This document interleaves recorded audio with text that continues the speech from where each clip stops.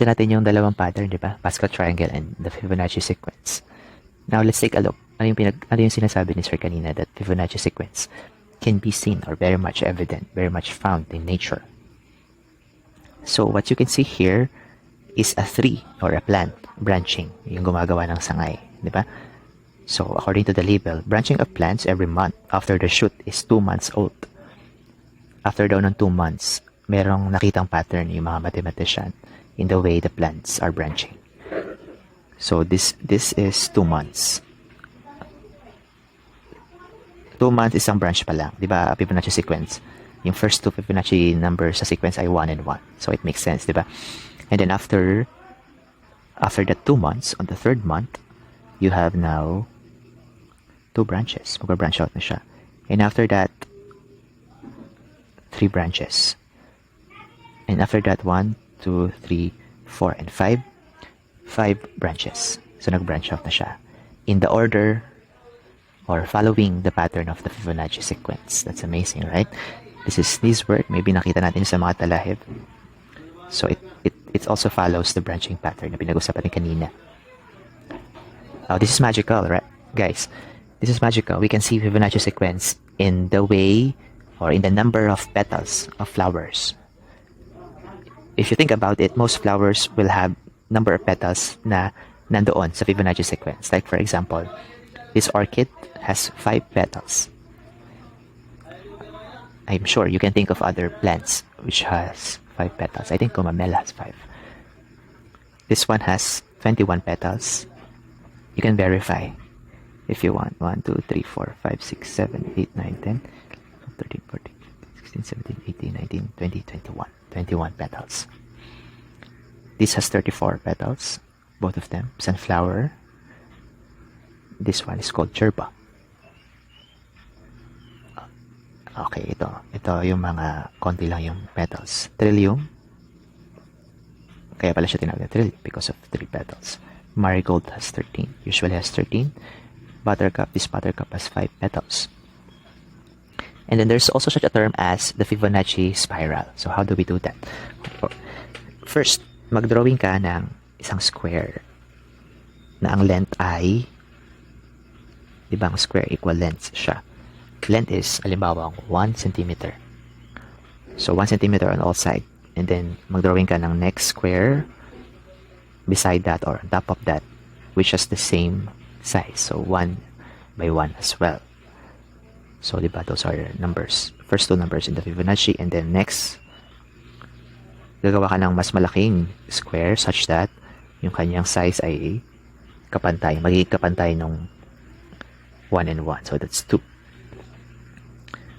So, what you have now is an example of actually a golden rectangle. They call it a golden rectangle. If we continue doing this,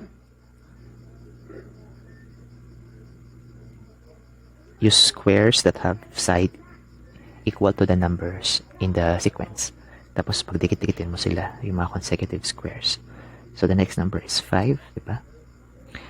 Oh, if you add 5 and 3, you will get 8. Oh, ito, this is 8 and 5. This is already 13. So, you make a box that is 13 by 13. And then, you do this starting from one of the vertices. Okay, connect mo yung mga, kumbaga, connect mo yung dalawang opposite vertices. Tapos yun. So on. So on. You're going to make a spiral and you will see later that this spiral is very much present in the universe or even in the galaxy. Even in architecture. So this is called the seashell, Nautilus seashell. Diba? This is the spiral. You can see the spiral right here. There are also a number of spirals in food that we eat. This is a pineapple. If you count the eyes that makes up the spiral, your number you will usually turn out to be Fibonacci sequence. There are 3 spirals pala in a pineapple. So this one, diba? And then this one. And then the other one is very hard to identify. I think here. Okay. Next time you see a pineapple, you try to count them, the eyes in the spiral. in Pinecone, although this is not very popular in the Philippines. So if you count the spirals, this is a spiral. Look at the eyes. Here is a spiral. Okay, ano ba ito? Counterclockwise o clockwise? I think this is counterclockwise, against the clock. So 1, 2, 3, 4, 5, 6, 7, 8, 9, 10, 11, 12, 13. 13, ano pala siya? 13 counterclockwise spiral. O dapat baliktad tong labeling ko dito. You can have another, di ba? You can, there's another spiral right here in the Pinecone. Pag ganito naman. Okay? Okay. I'm getting a little bit confused.